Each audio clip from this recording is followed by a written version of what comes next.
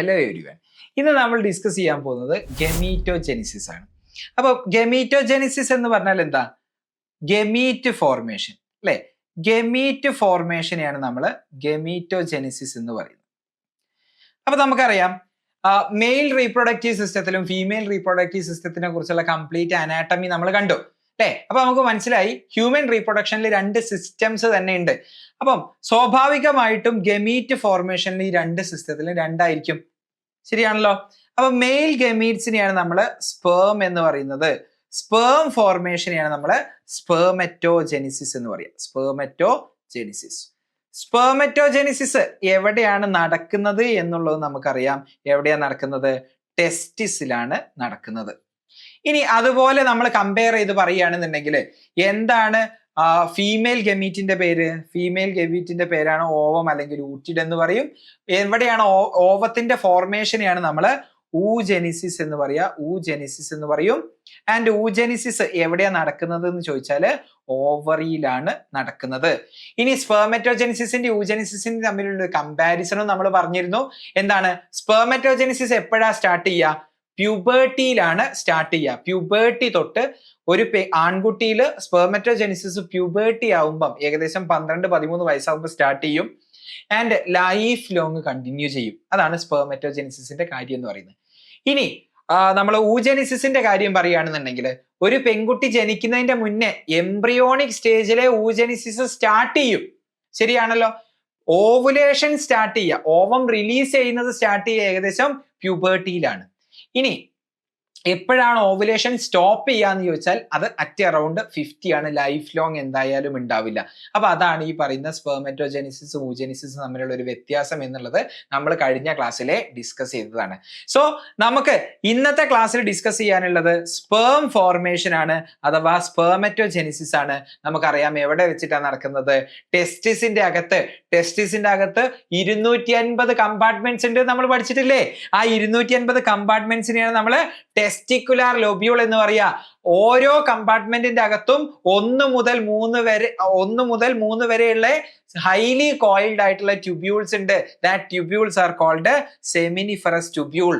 Walls of seminiferous ട്യൂബ്യൂൾസിന്റെ അകത്ത് 2 type cell ഉണ്ട് നമ്മൾ പഠിച്ചു.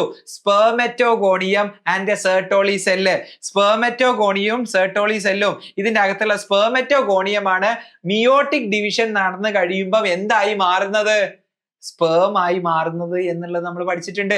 ആൻഡ് പുറത്തുള്ള സെല്ലാണ് ഇന്റർസ്റ്റീഷ്യൽ സെല്ല്. ആ ഇന്റർസ്റ്റീഷ്യൽ സെല്ലിന്റെ പണി എന്താ?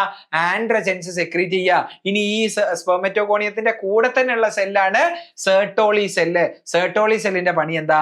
ഈ ഡിവൈഡ് ചെയ്തുണ്ടാവുന്ന സ്പേമിന്റെ നറിഷ്മെന്റ് കൊടുക്കുക, ന്യൂട്രീഷൻസ് കൊടുക്കുക എന്നുള്ളതാണ് നമ്മുടെ സെർട്ടോളി സെല്ലിന്റെ പണി. അപ്പൊ സെർട്ടോളി സെല്ലാണെങ്കിലും സ്പെർമറ്റോഗോണിയ ആണെന്നുണ്ടെങ്കിലും lumen of wall of the seminiferous tubule നമുക്ക് കാണാൻ പറ്റും. അപ്പൊ ഞാൻ ഇവിടെ വരച്ചത് എന്താന്ന് ചോദിച്ചാൽ this is A seminiferous tubule. നിങ്ങൾ ഏതായാലും കഴിഞ്ഞ ക്ലാസ്സിലുള്ള വീഡിയോ ഒക്കെ കണ്ടിട്ടല്ലേ വരുന്നത്? സോ ഇതാണ് സെമിനിഫറസ് ട്യൂബ്യൂൾ. ഈ കാണുന്നതാണ് വാൾ ഓഫ് സെമിനിഫറസ് ട്യൂബ്യൂൾ എന്ന് പറഞ്ഞത്. ഞാൻ ഈ ജസ്റ്റ് ഹൈലൈറ്റ് ചെയ്ത ഭാഗമാണ് വാൾ ഓഫ് സെമിനിഫറസ് ട്യൂബ്യൂൾ. ഈ സെമിനിഫറസ് ട്യൂബ്യൂളിന്റെ വാളിൽ ഉണ്ടാവുന്ന ഇനീഷ്യൽ ആയിട്ടുള്ള ഈ സെല്ലാണ് സ്പെർമറ്റോഗോണിയം. അപ്പൊ ഞാൻ ഇവിടെ വരയ്ക്കുകയാണ് സ്പെർമറ്റോഗോണിയം. അപ്പം ഒരു ആൺകുട്ടി, അമ്മ ഒരു ആൺകുട്ടീനെ ഗർഭപാത്രത്തിൽ ക്യാരി ചെയ്യുന്ന സമയത്ത് തന്നെ, എംബ്രിയോണിക് ഡെവലപ്മെന്റിന്റെ സമയത്ത് തന്നെ ടെസ്റ്റിസിന്റെ അകത്ത് സ്പെർമറ്റോഗോണിയം എന്ന് പറയുന്ന സെല്ലുണ്ടാവും. ഈ സെല്ലിന്റെ പേരാണ് സ്പെർമറ്റോഗോണിയം. അപ്പൊ ഈ സ്പെർമറ്റോഗോണിയമാണ് സ്പേം ആയിട്ട് മാറാൻ പോകുന്നത്. ശരിയല്ലേ? അപ്പൊ അത് ഈ ഇനീഷ്യൽ സെല്ലാണ്. സ്പേമായി മാറുന്നതിന്റെ ഇനീഷ്യൽ സെല്ലിനെയാണ് നമ്മൾ സ്പെർമറ്റോഗോണിയം എന്ന് പറയാ. സോ ഇയാളാണ് മെയിലിന്റെ ജേം സെൽ. മെയിലിന്റെ ജേം സെൽ അല്ലെ? അതായത് മെയിൽ ഗമീറ്റ് ആയി മാറാൻ പോകുന്ന സെല്ലാണ് male germ cell. So it is spermatogonium. ഇനി ഇയാള് എത്ര ക്രോമസോം ഉള്ള ആളാന്ന് ചോദിച്ചാൽ സ്വാഭാവികമായിട്ടും സാധാരണ ഒരു സെല്ലാണ് 46 ക്രോമസോം ആണ്, അഥവാ ഡിപ്ലോയിഡ് ആയിട്ടുള്ള ഒരു സെല്ലാണ് സ്പെർമറ്റോഗോണിയം എന്ന് പറയുന്നത്. ഓക്കെ, അങ്ങനെ ഈ ഒരു ആൺകുട്ടി ജനിച്ചു കഴിഞ്ഞ് പ്യൂബേർട്ടി വരെ എത്തുമ്പോൾ നമുക്കറിയാം സ്പെർമറ്റോജെനിസിസ് സ്റ്റാർട്ട് ചെയ്യുന്നില്ല. ഏകദേശം 12-13 വയസ്സായി പ്യൂബേർട്ടി അറ്റൈൻ ചെയ്തു. അപ്പോ നമ്മളുടെ ഹൈപ്പോതലാമസിൽ നിന്നും GnRH ഗൊണാഡോട്രോപ്പിൻ റിലീസിങ് ഹോർമോൺസ് എന്ന് പറഞ്ഞൊരു ഹോർമോൺ എക്സസീവ് ആയിട്ട് പ്രൊഡ്യൂസ് ചെയ്തു, പൾസേറ്റീവ് ആയിട്ട് പ്രൊഡ്യൂസ് ചെയ്തു. അതിന്റെ ഭാഗമായിട്ടാണ് ഈ സ്പെർമറ്റോഗോണിയം ഡിവൈഡ് ചെയ്യാൻ സ്റ്റാർട്ട് ചെയ്യുന്നത്. അപ്പം സ്പെർമറ്റോജെനിസിസ് സ്റ്റാർട്ട് ചെയ്യുന്നത് പ്യൂബർട്ടിയിലാണ് എന്ന് പറയുന്നതിന്റെ കാര്യം മനസ്സിലായോ? യെസ്. അങ്ങനെയാണെന്നുണ്ടെങ്കിൽ ഫസ്റ്റ് ആ പ്യൂബർട്ടി എത്തി, GnRH എക്സസീവ് ആയിട്ട് റിലീസ് ചെയ്തു, സ്പെർമറ്റോഗോണിയം ഡിവിഷൻ സ്റ്റാർട്ട് ചെയ്തു. അപ്പൊ ആദ്യം എങ്ങനെയാ ഡിവിഷൻ സ്റ്റാർട്ട് ചെയ്യാന്ന് ചോദിച്ചാല് മൈറ്റോസിസ് വഴിയാണ് സ്റ്റാർട്ട് ചെയ്യുന്നത്. മൈറ്റോസിസ് വഴി സ്റ്റാർട്ട് ചെയ്താൽ എന്താ കിട്ടുക? രണ്ട് ഒരുപോലെയുള്ള സെല്ലല്ലേ കിട്ടുക? യെസ്. മൈറ്റോസിസിന്റെ പ്രത്യേകത എന്താ? റിഡക്ഷൻ ഡിവിഷൻ ആണോ? അല്ല. ആ ഉണ്ടാവുന്ന സെല്ലുകളെല്ലാം എന്ത് തന്നെയായിരിക്കും? 46 ക്രോമസോം തന്നെയായിരിക്കും, അല്ലെങ്കിൽ ഡിപ്ലോയിഡ് ആയിരിക്കും. ഞാൻ ചോദിക്കട്ടെ, ഈ സ്പെർമറ്റോഗോണിയം മൈറ്റോസിസ് വഴി ഡിവൈഡ് ചെയ്താൽ കിട്ടുന്ന ഈ രണ്ട് സെല്ല് ഒരുപോലെ ആയിരിക്കൂലേ? അതായത് ഈ സ്പെർമറ്റോഗോണിയം പോലെ തന്നെ ആയിരിക്കൂലേ ഇയാളും? കാരണം നടന്നത് എന്താണ്? മൈറ്റോസിസ് ആണ്. പ്രത്യേകിച്ച് യാതൊരു വ്യത്യാസവും ഉണ്ടായി കാണൂല. ക്ലിയർ ആയിട്ട് മനസ്സിലായോ? അങ്ങനെയാണെങ്കിൽ നോക്ക്, ഞാനിപ്പം ഇവിടെ ഒരു സെല്ലിന്റെ കാര്യമാണ് പറയുന്നത്, ഒരു സ്പെർമറ്റോഗോണിയത്തിന്റെ കാര്യമാണ് പറയുന്നത്. 1,00,000 സ്പെർമറ്റോഗോണിയാണെന്നുണ്ടെങ്കിലും ഇതുപോലെ തന്നെയല്ലേ നടക്കുക? എന്താ 1,00,000 സ്പെർമറ്റോഗോണി എന്ന് പറഞ്ഞാല്? ഇവിടെ ഒരു സ്പെർമറ്റോഗോണിയം മൈറ്റോസിസ് നടക്കുമ്പോൾ 2 സ്പെർമറ്റോഗോണിയായി. 1,00,000 സ്പെർമറ്റോഗോണി ഉണ്ടെങ്കിൽ 1,00,000 സ്പെർമറ്റോഗോണിയം ഡിവൈഡ് ചെയ്താല് 2,00,000 സ്പെർമറ്റോഗോണിയായി മാറും. സിമ്പിൾ. ക്ലിയർ ആണല്ലോ? അതിലെ പകുതി സ്പെർമറ്റോഗോണിയം, അപ്പൊ നമ്മൾ എടുത്ത എക്സാമ്പിൾ ഒരു സ്പെർമറ്റോഗോണി ആയതുകൊണ്ട് അതിലെ ഒരു സ്പെർമറ്റോഗോണിയം. ഓക്കെ. അപ്പൊ 2 സ്പെർമറ്റോഗോണിയത്തിൽ ഒരു സ്പെർമറ്റോഗോണിയം ഡിവിഷന് റെഡി ആവും. ഈ ഒരു സ്പെർമറ്റോഗോണിയം ഉണ്ടല്ലോ, ഈ ഒരു സ്പെർമറ്റോഗോണിയം അണ്ടർഗോ ഫർദർ ഡിവിഷൻ.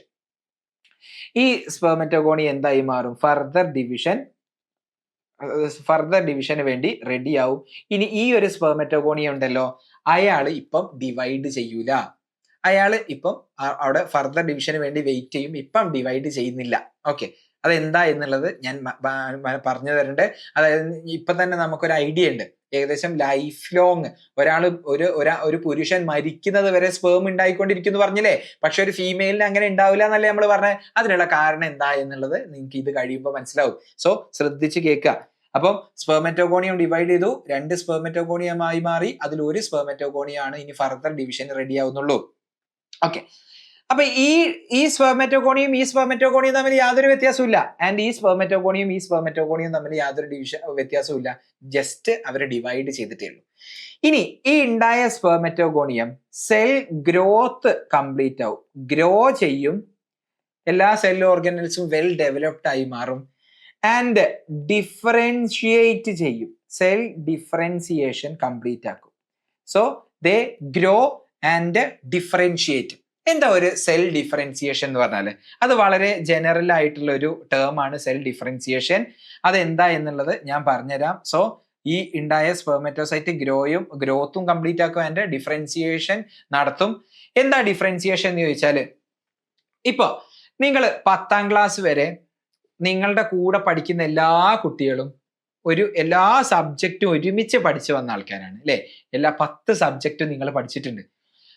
അതാണ് ഒരു അൺഡിഫറൻഷിയേറ്റഡ് സെല്ല് എന്ന് പറഞ്ഞാൽ. ഓക്കെ. ഇനി നിങ്ങൾ ആ 10ാം ക്ലാസ് കഴിഞ്ഞ് ഇപ്പൊ +1 +2 പഠിക്കുന്ന സമയത്ത് നിങ്ങൾ കുറച്ച് ആൾക്കാർ സയൻസ് ആണ് എടുത്തത്, കുറച്ച് ആൾക്കാർ എക്കണോമിക്സ് അല്ലെങ്കിൽ എന്താ പറയാ കൊമേഴ്സ് എടുത്തിട്ടുണ്ട്, കുറച്ച് ആൾക്കാർ ഹിസ്റ്ററി എടുത്തിട്ടുണ്ടായിരിക്കും അല്ലെ? അങ്ങനെ ഹ്യൂമാനിറ്റീസ് എടുത്തിട്ടുണ്ട്. അങ്ങനെ നിങ്ങൾ കുറച്ച് സ്ട്രീമായി ഇപ്പം തരം തിരിഞ്ഞിട്ടുണ്ട്. ഇപ്പൊ നിങ്ങൾ ഡിഫറൻഷിയേറ്റഡ് ആയിട്ടുള്ള സെൽസ് ആണ്. അതായത് ഒരു സെല്ല്, ഒരു സ്പെസിഫിക് സെൽ ടൈപ്പ് ആവാത്ത ഒരു സെല്ലിനെയാണ് നമ്മൾ അൺഡിഫറൻഷിയേറ്റഡ് സ്റ്റെം സെല്ല് എന്ന് പറയാം. ഈ അൺഡിഫറൻഷിയേറ്റഡ് സ്റ്റെം സെല്ല് നിങ്ങളെ എംബ്രിയോ ആയിരിക്കുമ്പം നിങ്ങളുടെ സെല്ലുകൾ, പല സെല്ലുകളും സ്റ്റെം സെല്ലുകളാണ്. അതായത് നിങ്ങൾ ഏത് സെല്ലിൽ നിന്നാണ് ഉണ്ടായത്? സൈഗോട്ട് ഡിവൈഡ് ചെയ്തിട്ടാണ് എല്ലാം ഉണ്ടായത്. നിങ്ങളുടെ മസിൽ സെൽ ആയിക്കോട്ടെ, നിങ്ങളുടെ ഫാറ്റ് സെൽ ആയിക്കോട്ടെ, നിങ്ങളുടെ നെർവ് സെൽ ആയിക്കോട്ടെ, ബോൺ ആയിക്കോട്ടെ, ബ്ലഡ് ആയിക്കോട്ടെ, എപ്പിത്തീലിയം, സ്കിൻ ആയിക്കോട്ടെ, ഗമീറ്റ്സ് ആയിക്കോട്ടെ, ഇതെല്ലാം ഉണ്ടായത് എവിടെ നിന്നാണ്? സൈഗോട്ടിൽ നിന്നും ആണല്ലോ അല്ലെ? അപ്പൊ നിങ്ങളുടെ ഏർലി എംബ്രിയോണിക് സ്റ്റേജിലുള്ള പല സെല്ലും അൺഡിഫറൻഷിയേറ്റഡ് ആണ്, ഒരു സ്പെസിഫിക് ആയിട്ടുള്ള സെൽ ടൈപ്പ് ആയിട്ട് മാറിയിട്ടില്ല. ഏത് സെല്ലുമായിട്ട് മാറാൻ കഴിവുള്ള സ്റ്റെം സെൽ ആയിട്ടാണ് ഇരിക്കുന്നത്, അൺഡിഫറൻഷിയേറ്റഡ് ആയിട്ടുള്ള സെല്ലാണ്. പക്ഷെ നിങ്ങളുടെ വളർച്ചേന്റെ ഘട്ടത്തിൽ ഈ അൺഡിഫറൻഷിയേറ്റഡ് സെല്ലായിട്ടുള്ള സെല്ലുകൾ ചില ആളുകൾ എന്തായി മാറി? ഫാറ്റ് സെല്ലായി മാറി. അതിനെയാണ് നമ്മൾ പറയാ ഫാറ്റ് സെല്ലായി ഡിഫറൻഷിയേറ്റ് ചെയ്തു. ഏതുപോലെ? നിങ്ങൾ കുറച്ച് ആൾക്കാർ സയൻസ് ഗ്രൂപ്പ് എടുത്തു, കുറച്ച് ആൾക്കാര് ബോൺ സെല്ലായി മാറി, കുറച്ച് പേര് കൊമേഴ്സ് എടുത്തു, കുറച്ച് പേര് എന്തായി മാറി? ഹ്യൂമാനിറ്റീസ് എടുത്തു. അപ്പം ഒരു അൺസ്പെസിഫൈഡ് ആയിട്ടുള്ള സെൽ ടൈപ്പ് ഒരു സ്പെസിഫൈഡ് സെൽ ടൈപ്പ് ആയി മാറുന്നതിനെയാണ് നമ്മൾ സെൽ ഡിഫറൻസിയേഷൻ എന്ന് പറയാ. കുറച്ചും കൂടെ സിമ്പിൾ ആയിട്ട് പറയുകയാണെങ്കിൽ ഒരു ടൈപ്പ് സെല്ല് ഒരു സ്പെസിഫിക് ടൈപ്പ് സെല്ലായിട്ട് മാറുന്നതിനെയാണ് നമ്മൾ ഡിഫറൻസിയേഷൻ എന്ന് പറയാ.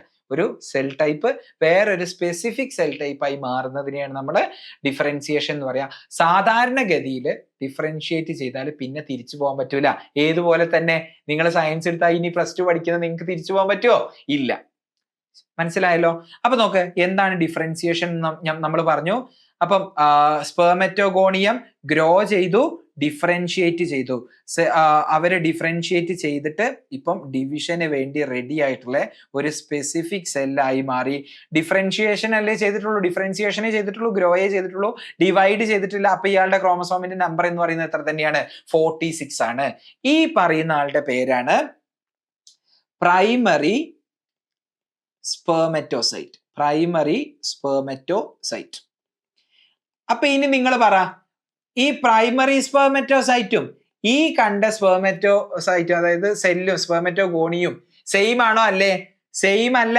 ഇയാള് ഗ്രോത്ത് കംപ്ലീറ്റ് ആക്കി, ഇയാള് ഡിഫറൻഷിയേറ്റ് ചെയ്തതിന് ശേഷമാണ് ഈ സെല്ലായി മാറിയത്. അത് നമ്മൾ എന്ത് ചോദിക്കുന്ന പോലെയാണ്? ഇയാളും ഫാറ്റ് സെല്ലും ഒന്നാണോ എന്ന് ചോദിക്കുന്ന പോലെയല്ലേ? തീർച്ചയായിട്ടും നിങ്ങൾക്ക് മനസ്സിലായി കാണും അല്ലേ? അപ്പൊ ഈ പ്രൈമറി സ്പെർമറ്റോസൈറ്റ് 46 ക്രോമസോം ഉള്ള ഡിപ്ലോയിഡ് ആയിട്ടുള്ള പ്രൈമറി സ്പെർമറ്റോസൈറ്റ് ആണ് ഇനി അടുത്ത ഡിവിഷൻ കംപ്ലീറ്റ് ആവാൻ പോകുന്നത്. ഇനി അടുത്ത ഡിവിഷൻ എന്താ എന്നുള്ളത് ശ്രദ്ധിച്ചു കണ്ടോ. ഈ പ്രൈമറി സ്പെർമറ്റോസൈറ്റിനാണ് നമ്മളുടെ മയോസിസ് 1 കംപ്ലീറ്റ് ആവാൻ പോകുന്നത്. സോ ഇയാൾക്ക് എന്ത് കംപ്ലീറ്റ് ആവാൻ പോവാണ്? മയോസിസ് 1 കംപ്ലീറ്റ് ആവാൻ പോവുകയാണ്. മയോസിസ് 1 കംപ്ലീറ്റ് ആയി. മയോസിസ് 1 എന്ന് പറയുന്നത് എന്ത് ഡിവിഷൻ ആണെന്ന് നിങ്ങൾക്ക് അറിയാം. എന്ത് ഡിവിഷൻ ആണ്? ഒരു റിഡക്ഷൻ ഡിവിഷൻ ആണെന്ന് നിങ്ങൾക്ക് അറിയാലോ. ഒരു റിഡക്ഷൻ ഡിവിഷൻ ആണ്. ഈ റിഡക്ഷൻ ഡിവിഷൻ കംപ്ലീറ്റ് ആയാൽ ഇയാളുടെ അകത്തുള്ള ക്രോമസോം നേരെ പകുതിയായി മാറൂലേ? 23 ആയി മാറൂലേ? യെസ്. ഇപ്പൊ ഇയാൾ ആരായി മാറി? ഹാപ്ലോയിഡ് സെല്ലായി മാറി. ഇപ്പൊ ഉണ്ടായ സെല്ലിന്റെ പേരെന്താണെന്നറിയോ? Secondary spermatocyte. അപ്പൊ നിങ്ങൾ പറ, സെക്കൻഡറി സ്പെർമറ്റോസൈറ്റിന്റെ പ്ലോയിഡി എന്താണ്? ഇയാള് ഹാപ്ലോയിഡ് സെല്ലാണ്. മനസ്സിലായോ നിങ്ങൾക്ക്? ഹാപ്ലോയിഡ് സെല്ലാണ്. ഇനി മയോസിസ് 1 കംപ്ലീറ്റ് ചെയ്തിട്ട് സെക്കൻഡറി സ്പെർമറ്റോസൈറ്റ് ഉണ്ടായി. സെക്കൻഡറി സ്പെർമറ്റോസൈറ്റിന്റെ മയോസിസ് 2 ഇനി കംപ്ലീറ്റ് ആവണം. ശരിയാണോ?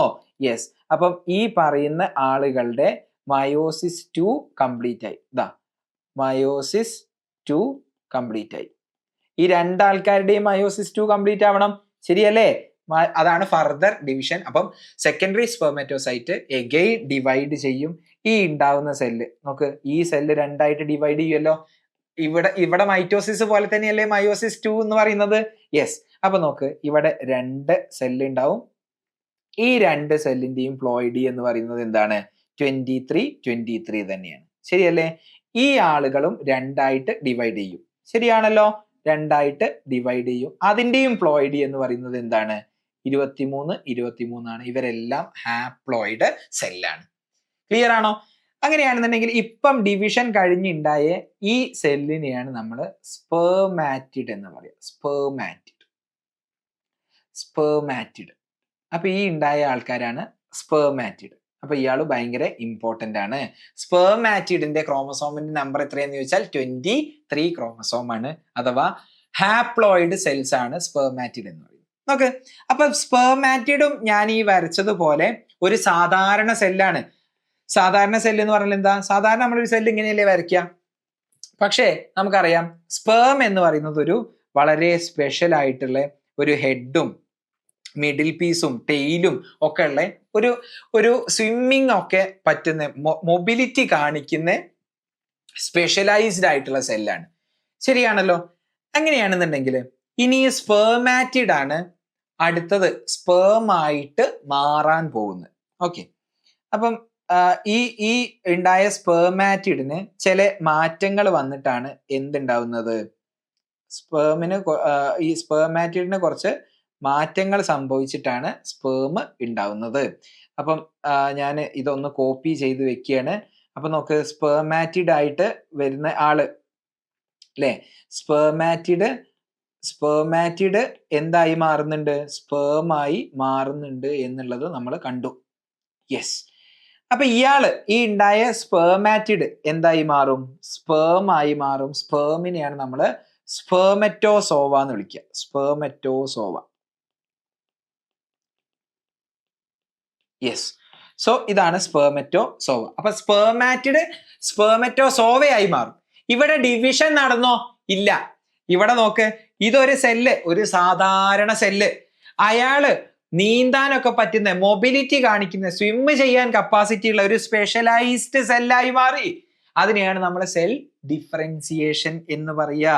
ഓർമ്മയില്ലേ? യെസ്. അപ്പൊ ഇയാളുടെ ഇടയിൽ എന്താ നടക്കുന്നത്, സ്പെർമാറ്റിഡ് എന്തായിട്ടാണ് മാറുന്നത്, എന്ത് ചേഞ്ചാ വരുന്നത്, ഡിഫറൻസിയേഷൻ ആണ് സംഭവിക്കുന്നത്. സോ സെല്ല് ഡിഫറൻസിയേഷൻ സംഭവിച്ചിട്ട് എന്തായി മാറി, cell differentiated, spermatid is differentiated into spermatozoa. അപ്പൊ ഇനി ആർക്കും പറയാൻ പറ്റും ഇയാളുടെ നമ്പർ എന്ന് പറയുന്നത്, ക്രോമസോം നമ്പർ എന്ന് പറയുന്നത് 23 അല്ലേ? അല്ലെങ്കിൽ നമുക്കറിയാം അല്ലെ, സ്പെർമും ഓവോ ഒക്കെ എന്താണ്, ഹാപ്ലോയിഡ് സെല്ലാണെന്നുള്ളത് നമ്മൾ പണ്ടേ പഠിച്ചതാണ്. ക്ലിയർ ആണല്ലോ? യെസ്. അപ്പൊ ഈ കംപ്ലീറ്റ് പ്രോസസ്സിനെയാണ് നമ്മൾ സ്പെർമറ്റോജെനിസിസ് എന്ന് പറയുക. The complete process is called spermatogenesis. ഇനി നോക്ക്, അപ്പൊ നോക്ക്, ഈ സ്പെർമറ്റോഗോണിയം നമ്മളുടെ സ്പേമായി മാറുന്നത് വരെയുള്ള ദ കംപ്ലീറ്റ് പ്രോസസ്, ഇതാണ് കംപ്ലീറ്റ് പ്രോസസ്സ്. ആ കംപ്ലീറ്റ് പ്രോസസ്സിനെയാണ് നമ്മൾ സ്പെർമറ്റോജെനിസിസ് എന്ന് പറയുന്നത്. ഇനി ഇതിന്റെ ഇടയിലുള്ള ഒരു സ്റ്റേജ് ആണ് സ്പെർമാറ്റിഡ് സ്റ്റേജ്. ശരിയല്ലേ? ഈ സ്പെർമാറ്റിഡ് സ്റ്റേജിൽ, സോ ദിസ് ഈസ് ദ സ്പെർമാറ്റിഡ്സ്. ഈ സ്പെർമാറ്റിഡിന്റെ ഡിഫറൻഷിയേഷൻ ഡിഫറൻഷിയേറ്റ് ചെയ്യുമ്പോഴാണ് എന്തായി മാറുന്നത്, സ്പേമായി മാറുന്നത്. ഈ സ്പെർമാറ്റിഡ് സ്പേമായി മാറുന്ന പ്രോസസ്സിനെയാണ് നമ്മൾ സ്പെർമിയോജെനിസിസ് എന്ന് പറയാം. So this is called spermiogenesis. Spermiogenesis. So what is spermiogenesis എന്ന് ചോദിച്ചാൽ നിങ്ങൾ എന്ത് പറയും? Spermatid is differentiated into spermatozoa. That process is called spermiogenesis. Clear ആണല്ലോ? അപ്പം സ്പെർമറ്റോജെനിസിസും സ്പെർമിയോജെനിസിസും നമുക്ക് മനസ്സിലായല്ലോ. സ്പെർമറ്റോജെനിസിന്റെ ഒരു പ്രോസസ്സാണ് സ്പെർമിയോജെനിസിസ്. ലാസ്റ്റ് സ്റ്റെപ്പാണ് സ്പെർമിയോജെനിസിസ്. ഇനി സ്പെർമറ്റോസോവ ആഫ്റ്റർ സ്പെർമിയോജെനിസിസ്. സ്പെർമിയോജെനിസിന് ശേഷം ആരാ ഉണ്ടാവുക? സ്പെർമറ്റോസോവ ഉണ്ടാവും അല്ലേ? ഈ സ്പെർമറ്റോസോവ സെർട്ടോളി സെല്ലിന്റെ അകത്ത് ഹെഡ് എംബഡഡ് ആയിട്ടായിരിക്കും വെച്ചിരിക്കുന്നത് എന്നാ പറയുന്നത്. അതായത് നോക്ക്, നമ്മള് സെമിനിഫറസ് ട്യൂബ്യൂളിന്റെ അകത്തുള്ള കാര്യമാണ് നമ്മൾ പറയുന്നത്. ഇത് നമ്മളുടെ സ്പെർമറ്റോഗോണിയം. ഇത് സ്പെർമറ്റോഗോണിയം ഡിവൈഡ് ചെയ്തിട്ട് പ്രൈമറി സ്പെർമറ്റോസൈറ്റ് ഉണ്ടാവും, സെക്കൻഡറി സ്പെർമറ്റോസൈറ്റ് ഉണ്ടാവും, സ്പെർമാറ്റിഡ് ഉണ്ടാവും. സ്പെർമാറ്റിഡ് ഡിവൈഡ് ചെയ്തിട്ട് എന്തുണ്ടാവും? സ്പെർമാറ്റിഡ് ഡിഫറൻഷിയേറ്റ് ചെയ്തിട്ട് സ്പേം ഉണ്ടായിരിക്കും. അപ്പം ഈ ഒരു പ്രോസസ്സിനെയാണ് നമ്മൾ എന്തെന്ന് പറയാ? സ്പെർമിയോജെനിസിസ് എന്ന് പറയുന്നത്. ഇനി ഈ ഉണ്ടായ സ്പേം സെർട്ടോളി സെല്ലിന്റെ അകത്ത് ഹെഡ് എംബഡ് ചെയ്തിരിക്കും. ഹെഡ് അവിടെ ഉള്ളിൽ കുടുങ്ങിയായിരിക്കും കിടക്കുന്നത്, എംബഡഡ് ആയിരിക്കും.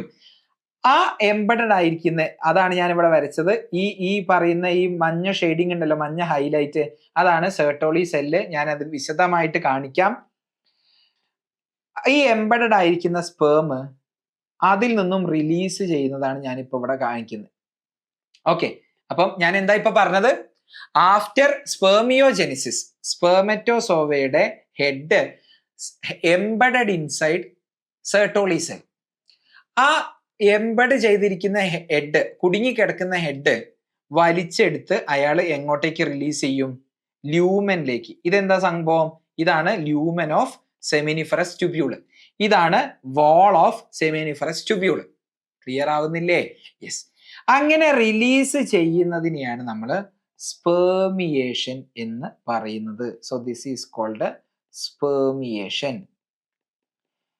സോ എന്താണ് സ്പെർമിയേഷൻ എന്നുള്ളത് ഞാൻ ഡീറ്റെയിൽഡ് ആയിട്ട് ഇനി ഞാൻ നിങ്ങൾക്ക് കാണിച്ചു തരാം. So what is spermiation? നോക്ക്, നിങ്ങൾ NCERT ഈ ഡയഗ്രം നോക്കുകയാണെങ്കിൽ അതിൽ ചെറിയൊരു തെറ്റ് നമുക്ക് കാണാൻ പറ്റും. NCERT ഉദ്ദേശിച്ചത് ഈ ഒരു ഡയഗ്രം റെപ്രസെന്റ് ചെയ്യുന്നത് എന്താന്ന് ചോദിച്ചാൽ ഇതാണ് സെമിനിഫറസ് ട്യൂബ്യൂൾ, ഇതാണ് wall of seminiferous tubule. Okay, ഈ വാൾ ഓഫ് സെമിനിഫറസ് ട്യൂബ്യൂളിന്റെ അകത്തുള്ള സെല്ലാണ് ഇനീഷ്യൽ മെയിൽ ജേം സെല്ലാണ് സ്പെർമറ്റോഗോണിയം. സ്പെർമറ്റോഗോണിയം ഡിവൈഡ് ചെയ്തിട്ട് പ്രൈമറി സ്പെർമറ്റോസൈറ്റ് ഇവിടെ ഉണ്ടാവുന്നുണ്ട്, സെക്കൻഡറി സ്പെർമറ്റോസൈറ്റ് ഉണ്ടാവുന്നുണ്ട്, സ്പെർമാറ്റിഡ് ഉണ്ടാവുന്നുണ്ട്. സ്പെർമാറ്റിഡ് നോക്ക്, കാണിച്ചിരിക്കുന്ന സ്ഥലം തെറ്റാണ്. ക്ലിയർ അല്ലേ? സ്പെർമാറ്റിഡ് ഈ പറയുന്ന ആള് സ്പെർമാറ്റിഡ് ആണോ? അത് നല്ല ഒന്നാം തരം സ്പെർമറ്റോസോവയാണ്. അപ്പൊ ഈ സ്പെർമാറ്റിഡ് കാണിച്ചിരിക്കുന്നത് ആക്ച്വലി തെറ്റായിട്ടാണ്. ക്ലിയർ ആണല്ലോ? അത് ഒന്നാമത്തെ തെറ്റ്. ഇനി നമുക്കറിയാം സെമിനിഫറസ് ട്യൂബ്യൂളിന്റെ അകത്തുള്ള രണ്ടാമത്തെ നമ്മളെ സഹായിക്കുന്ന സെല്ലാണ്, സ്പെർമിനെ സഹായിക്കുന്ന സെല്ലാണ് സെർട്ടോളി സെല്ല്. അപ്പൊ സെർട്ടോളി സെല്ല് എവിടെയാണ് കാണിച്ചത് നോക്ക്. NCERT സെർട്ടോളി സെല്ല് കാണിച്ചിരിക്കുന്നത് ഇതാണ് സെർട്ടോളി സെല്ല്. അത് ആക്ച്വലി സെർട്ടോളി സെല്ല് അല്ല. ഓക്കെ, അത് ആക്ച്വലി സെർട്ടോളി സെല്ല് അല്ല. സെർട്ടോളി സെല്ല് എവിടെയാണ് എന്നാ പിന്നെ പറയുന്ന പിന്നെ എന്നോട് തന്നെ സെർട്ടോളി സെല്ല് എവിടെയാണെന്ന് കാണിച്ചു തരാൻ പറയും. ഇത് ആക്ച്വലി എന്താന്ന് ചോദിച്ചാൽ ദിസ് ഈസ് ഈ സ്ട്രക്ചർ എന്ന് പറയുന്നത് this is actually nucleus of Sertoli സെല്ലാണ്. ന്യൂക്ലിയസ് ഓഫ് സെർട്ടോളി സെല്ലാണ്. അപ്പൊ അങ്ങനെയാണെന്നുണ്ടെങ്കിൽ സെർട്ടോളി സെല്ല് എവിടെയെന്ന് ചോദിച്ചാല് നോക്ക്, ഞാൻ സെർട്ടോളി സെല്ല് എവിടെയെന്നുള്ളത് ഹൈലൈറ്റ് ചെയ്ത് കാണിച്ചു തരാം. നിങ്ങൾ ഈ ഇൻഡസ്ട്രീഷ്യം പോലെ ഈ മഞ്ഞ കളറിൽ കുറെ കുത്തുകളുള്ള ഇത്രയും ഭാഗം കാണുന്നില്ലേ? ഇതെല്ലാം ഒരു സെർട്ടോളി സെല്ലാണ്. ഓക്കെ, ആ സെർട്ടോളി സെല്ലിന്റെ ന്യൂക്ലിയസ് ആണ് നിങ്ങൾ ഇവിടെ കാണുന്നത്. ഇനി അതിന്റെ സൈഡിൽ ഒരു സെർട്ടോളി സെല്ല് ഉണ്ടാവും, അതിന്റെ ന്യൂക്ലിയസ് ആണ് നിങ്ങൾ ഇവിടെ കാണുന്നത്. അതായത് ആക്ച്വലി ഇനി ഞാൻ ഈ ഹൈലൈറ്റ് ചെയ്തത് ഞാൻ മായ്ക്കുകയാണ്. നോക്ക്, ആക്ച്വലി ഞാൻ പറയുകയാണെന്നുണ്ടെങ്കിൽ ഈ ഇൻഡസ്ട്രീഷ്യം പോലെ കാണുന്ന ഈ കുത്തിട്ട് മഞ്ഞ കളർ ബാക്ക്ഗ്രൗണ്ട് ഇല്ലേ, അതാണ് സെർട്ടോളി സെല്ല്. അതേപോലെ ഇവിടെയൊക്കെ സെർട്ടോളി സെല്ല് ഉണ്ടാവും, സെർട്ടോളി സെല്ലിന്റെ ന്യൂക്ലിയസ്. ഇവിടെ സെർട്ടോളി സെല്ല് ഉണ്ടാവും, ഇതാണ് സെർട്ടോളി സെല്ലിന്റെ ന്യൂക്ലിയസ്. ഓക്കെ, ഇനി ഞാൻ ഒരു മെഡിക്കൽ ടെക്സ്റ്റിലുള്ള സെർട്ടോളി സെല്ലിന്റെ ഡയഗ്രം ഞാൻ നിങ്ങൾക്ക് കാണിച്ചു തരാം. അപ്പൊ നിങ്ങൾക്ക് മനസ്സിലാവും. ഇതാ ഈ കാണുന്ന ഇലോങ്ങേറ്റഡ് ആയിട്ടുള്ള സെല്ലില്ലേ, ഇതാണ് സെർട്ടോളി സെല്ല്. അതിന്റെ അടുത്ത് വേറെ സെർട്ടോളി സെല്ല് ഉണ്ടാവും, അതിന്റെ അകത്ത് വേറെ സെർട്ടോളി സെല്ല് ഉണ്ടാവും അടുത്തടുത്ത്. അതാണ് നിങ്ങൾ ഇവിടെ ഇങ്ങനെ സെർട്ടോളി സെല്ല് ഇങ്ങനെ അറേഞ്ച് ചെയ്തതാണ് കാണുന്നത്. ക്ലിയർ ആണോ പറയുന്നത്? യെസ്. അങ്ങനെയാണെങ്കിൽ നോക്ക്, ഈ ആഫ്റ്റർ സ്പെർമിയോജെനിസിസ്, സ്പെർമറ്റോസോവ ആയതിനു ശേഷം സ്പെർമിന്റെ head is embedded inside Sertoli cell. Clear അല്ലേ? Embedded inside Sertoli cell. ആ സെർട്ടോളി സെല്ലിൽ നിന്നാണ് നറിഷ്മെന്റ് കിട്ടുന്നത്. ഇനി നറിഷ്മെന്റ് കിട്ടിയതിന് ശേഷം ഇവര് സെർട്ടോളി സെല്ലിൽ നിന്നും ഈ ഹെഡ് വലിച്ച് പുറത്തേക്ക് പോവും. പുറത്തേക്ക് എന്ന് പറഞ്ഞാൽ ഈ പറയുന്ന സ്പെർമില്ലേ, പുറത്തേക്ക് എന്ന് പറഞ്ഞാൽ എങ്ങോട്ടേക്കാണ് പോകുന്നത്? എങ്ങോട്ടേക്കാ പോകുന്നത്? സെർട്ടോളി സെല്ലിൽ നിന്ന് ഹെഡ് വലിച്ചിട്ട് ല്യൂമനിലേക്ക് വരുന്നു. ഈ ല്യൂമനിലേക്ക് വരുന്നതിനെയാണ് നമ്മൾ സ്പെർമിയേഷൻ എന്ന് പറയാ. ക്ലിയർ ആണോ? അപ്പൊ നമ്മൾ ഇപ്പൊ ഇവിടെ 3 ടേം പഠിച്ചു. എന്താണ്? ഒന്ന് നമ്മൾ ഇമ്പോർട്ടന്റ് ആയിട്ട് അറിയേണ്ടതാണ് spermatogenesis. What is spermatogenesis? Spermatogonia തൊട്ട് the complete process is called spermatogenesis. ഇനി സ്പെർമറ്റോജെനിസിന്റെ ലാസ്റ്റ് സ്റ്റെപ്പാണ് spermatid is differentiated into സ്പെർമറ്റോസോവ.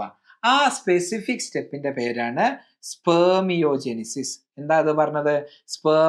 Spermatid is differentiated into spermatozoa.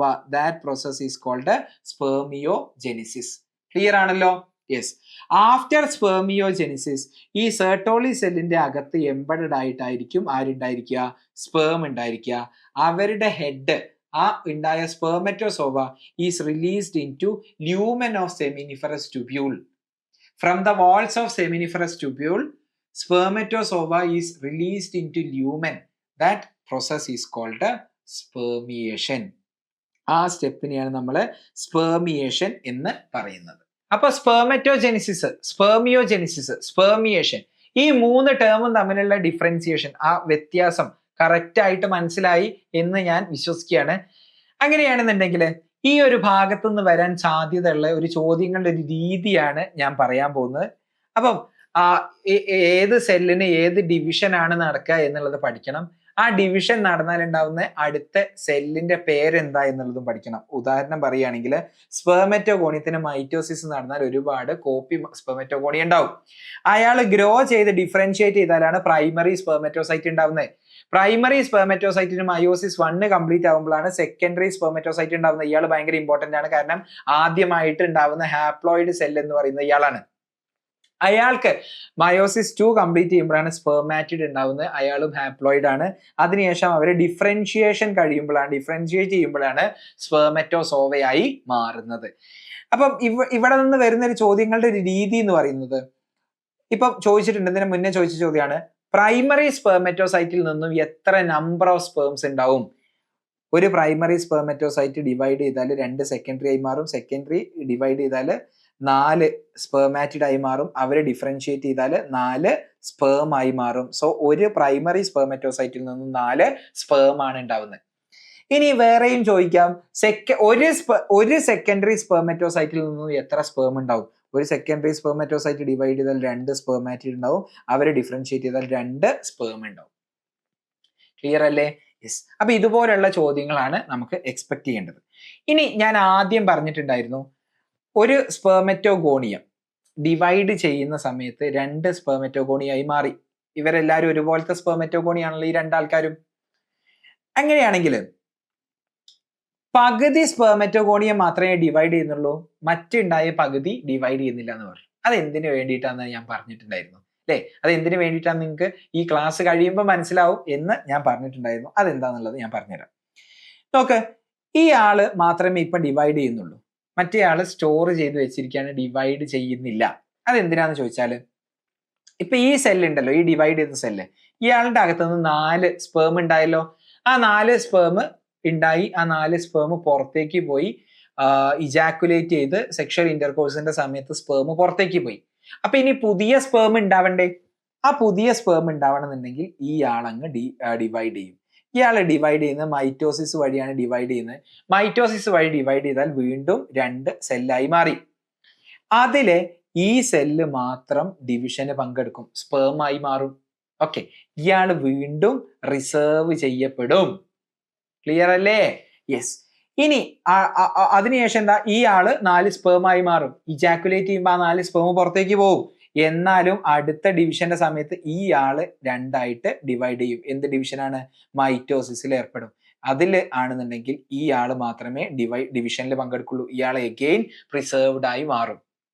അപ്പൊ നിങ്ങളൊന്ന് ആലോചിച്ച് നോക്ക്, ഇങ്ങനെ എപ്പ ഡിവൈഡ് ചെയ്യുകയാണെങ്കിലും 1 ലക്ഷം സ്പെർമറ്റോഗോണിയം 2 ലക്ഷം സ്പെർമറ്റോഗോണിയം ആയിട്ട് ഡിവൈഡ് ചെയ്തു.